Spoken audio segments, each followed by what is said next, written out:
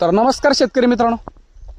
तर मित्रांनो, आजच्या या व्हिडिओमध्ये तुम्हाला सांगणार आहे, जर तुम्ही शेळी पालन करत असाल, कोणतंही शेळी पालन तुम्ही करा, फिरस्तीमध्ये काम करत असाल, अर्धबंदिस्तमध्ये काम करत असाल किंवा कायम बंदिस्त शेळी पालनामध्ये तुम्ही काम करत असाल, तर या उन्हाळ्यामध्ये आपल्या शेळ्यांचं आपण कशा पद्धतीने नियोजन केलं पाहिजे किंवा उन्हाळ्यामध्ये कोणकोणत्या गोष्टीची आपल्याला काळजी घेणे खूप गरजेचे आहे, जेणेकरून तुमच्या एक शेळ्या जास्तीत जास्त आजारी पडणार नाही, पिल्लांना तुमचे एक जास्ती आजार होणार नाही किंवा शेळी पालनामध्ये तुम्ही उन्हाळ्यामध्ये एक जास्तीत जास्त एक लॉसमध्ये जात असतात.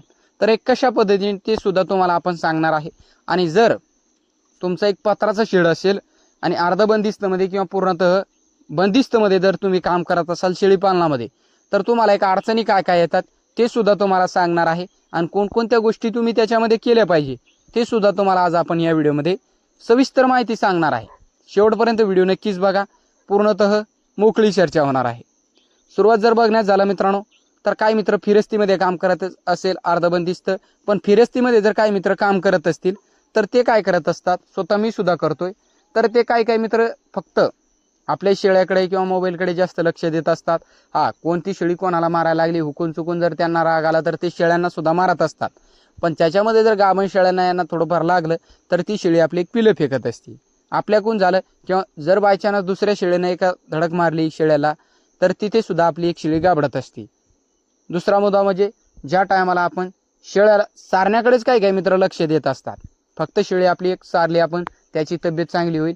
पण शेळी फिरस्ती शेळी पालनामध्ये काही भागात किंवा कुठं एक पाणी जवळ असते काही वेळेस, किंवा काही वेळेस पाणी लांब असते आणि दूर ठिकाणी आपले एक शेळ्या चरत असतात. मग काही मित्र कंटाळा करत असतात, पाजू संध्याकाळी जाता जाता किंवा पाहू, तर असं मग ह्या कारणामुळे सुद्धा आपल्या शेळ्या एक पिल्ले फेकत असतात. काही भागात असं म्हणतंय किंवा आमच्या इकडे शेळ्या गाभडणे असं म्हणतात. मग शेळी गाभडत असते मित्रांनो, आणि शेळी गाभडण्यामागचे फक्त हेच कारण आहेत. आणि तुम्हाला जे आपण सांगितलं की आपलं जे पत्राचं शेड आहे, तर त्याच्यामुळे काय होत असते ते तुम्हाला आपण सांगणार आहे. जर काही मित्र नवीन शेळी पालनाला सुरुवात केलेली असते, तर त्यांना काही जास्त अनुभव नसतो, करायचं म्हणून करत असतात आणि त्याच्यामध्ये ते एक लॉसमध्ये जात असतात. मग सुरुवातीलाच उन्हाळा एक असा आहे मित्रांनो, याच्यामध्ये जर तुम्ही गाभण शेळ्याची आपली एक चांगल्या पद्धतीची काळजी घेतली तरच मग आपल्याला शेळीपालन परवडत असते. शेळीपालनामध्ये गाभण शेळ्या जर आपल्या उन्हाळ्यामध्ये आपण काळजी चांगली घेतली तर पिल्ले मिळत असतात, आणि आता शेळी गाभडत असते, पिल्ले मरत असतात. आणि पिल्ले जन्माला आल्याच्या नंतर सुद्धा आपल्या पिल्लांना जास्तीत जास्त अडचणी बघायला मिळत असतात. सुरुवात म्हणजे काही मित्रांची एक पत्र टाकत असतात किंवा डेळ्या टाकून सुद्धा एक शिमटाचे डेळा असेल, एक अशा पद्धतीने एक शेड ते तयार करत असतात. पण शेडची हाईट किती ठेवायची हे त्यांना त्याची एक नॉलेज नसते. आणि कमी हाईट, सर्वसाधारण 4-5 फूट हाईट असते, आणि त्याच्यामध्ये ते एक दिवसभर शेळ्या कोंडून ठेवत असतात. आणि दिवसभर जर आपण गाभण शेळ्या असे कोंडून ठेवल्या त्याच्यामध्ये, तर शेळ्या आपल्या 100% गाभडणार, 100% शेळ्या आपल्या गाभडणार. काही मित्र फक्त त्याच्यामध्ये सोडत असतात, म्हणजे एक त्याच्यामध्ये बांधणं, चारा टाकणं आणि बस झालं आपलं शेळीपालन.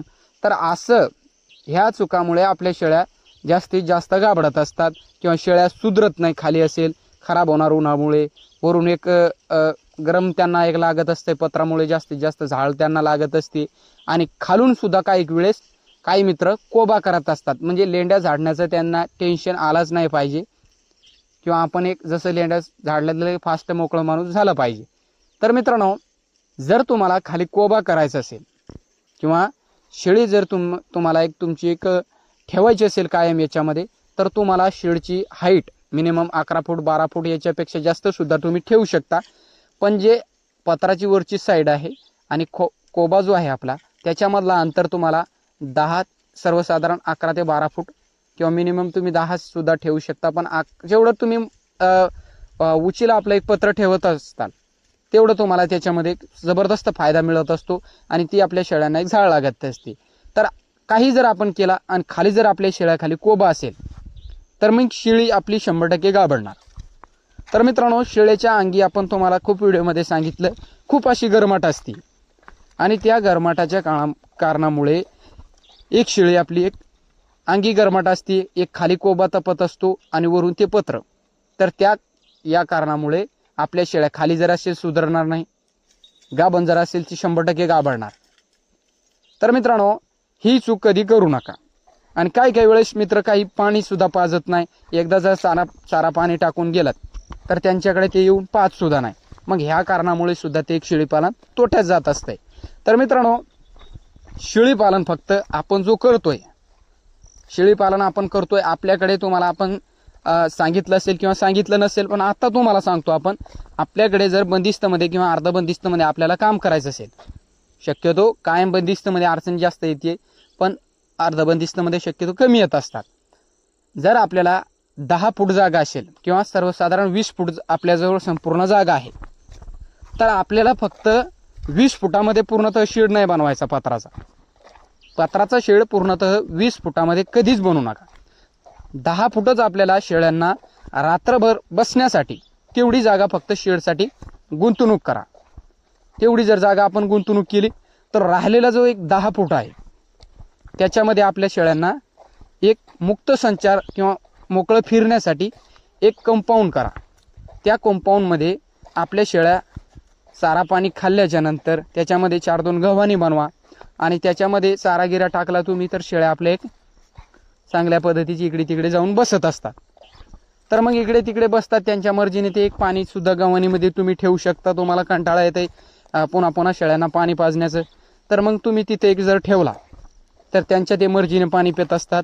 पण तुम्हाला ज्या टायमाला आपले एक शेळ्या दिवसभर आपण याच्यामध्ये ठेवायच्या, आपले एक मोकळ्या पेसमध्ये, आणि संध्याकाळच्या टायमाला आपले एक शेडमध्ये, तर तुमच्या शेळीपालनामध्ये जर तुमची हाईट कमी असेल शेडची तरीसुद्धा काही अडचण येत नाही. आणि जर आपला कोबा असेल, जर आपण कोबा केलेला असेल आपल्या शेडमध्ये, तर मग त्या शेडमध्ये त्या कोब्यावरती जर आपण दिवसभर शेळ्या आपण मुक्त संचारमध्ये बाहेर ठेवत असू आणि संध्याकाळी आपण त्याच्यामध्ये शेडमध्ये शेळ्या आपले बांधत असाल, काही मित्र मोकळ्या सोडत असतात, तर मग त्या कोब्यामध्ये आपण जर 1 ते 1.5 घंट्या अगोदर आपल्या शेळ्या समजा आता त्याच्यामध्ये जाणार आहे आणि आपलं संपूर्ण कोबा आपण पाणी जर असेल तुमच्याकडे तर त्याला एक संपूर्णतः पाणी मारा, त्याच्यावरती भिजवून टाका. त्या कारणामुळे काय होईल, गाभण शेळ्यांना जास्त गरमाट एक खालून लागणार नाही. थंड होत असते कोबा आणि थंड झाल्याने तुमच्या शेळ्या गाभणार नाही. दुसरा म्हणजे ह्या संपूर्ण गोष्टी काही मित्र करत असेल, कोबा असेल किंवा मुरमाचा असेल खाली, पण एक दिवसभर सुद्धा जे आपण मोकळं तुम्हाला सांगितलं पूर्णतः मुक्त संचारसाठी तुम्ही एक जागा ठेवा म्हणून, तर त्या जागेमध्ये एक चूक काही मित्र करत असतात की एक मोकळा आहे पेस आहे आणि त्याच्यामध्ये पूर्णतः ऊनच आहे. जर तुमच्याकडे पूर्णतः ऊन असेल, तुम्ही एक दिवसाबरोबर आपले शेळ्या बाहेर सोडून देत असाल आणि 4-5 वाजता किंवा 5-6 वाजता तुम्ही आत शेळ्या आपल्या एक शेडमध्ये कोंडत असतात, पण जो बाहेरचा पेस आहे, बाहेरचा जो 10 फूटचा पेस आहे त्याच्यामध्ये पूर्णतः जर दिवसभर ऊनच असेल तरीसुद्धा तुमची शेळी गाभणार म्हणजे गाभणार. काही मित्र एक जे आपलं कुंपवून असते त्याच्यामध्ये एक झाडं लावत नाही. जर तुम्ही झाड लावलात तर तुम्हाला अडचणी तुमच्या शेळीपालनामध्ये कधीच येत नाही, कधीच येणार नाही. फक्त त्याच्यावरती सावली पाहिजे आणि शेळ्या एक पूर्णतः मोकळ्या पाहिजे त्या पेसमध्ये. त्या मुक्त संचार ह्या पेसमध्ये जर शेळ्या आपले मोकळे राहिल्या, त्यांचं ते चारा खात असतात. चारा खाल्ल्याच्या नंतर त्यांचं ते एक रवंत करत असतात. ऊन आला जास्त ते एक सावलीला जाऊन बसत असतात. मग तशा पद्धतीने जर आपण शेळीपालन केलं त्याच्यामध्ये अडचणी येत नाही.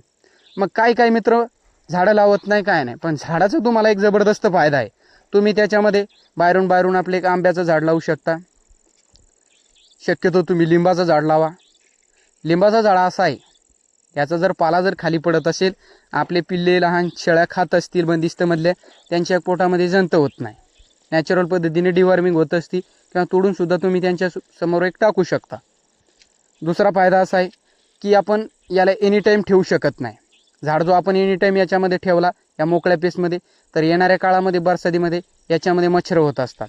लिंबावरती होत नाही, पण इतर झाडं जर आपण लावले आंब्याची किंवा इतर जांभळीची असेल तर त्याच्यामध्ये मच्छर होत असतात. मच्छर झाल्याने एक आपल्या शेळ्या पुन्हा आजारी पडत असतात. तर लिंबाचं झाड असं आहे, त्याला एक लवकरात लवकर सावलीसुद्धा होत असते. पाला जर त्याचा एक गळून पडला खाली, लवकर पाला त्याला उन्हाळ्यामध्ये येत असतो आणि त्याच्यानंतर आपण त्याला बरसातीमध्ये कटसुद्धा करू शकतो. पुन्हा ते पुढच्या एक उन्हाळ्यापर्यंत एक चांगला त्याला फुटवा फुटत असतो. तर मग अशा पद्धतीने जर केला आपण तर अडचण येत नाही. व्हिडिओ पाहिल्याबद्दल मनापासून धन्यवाद.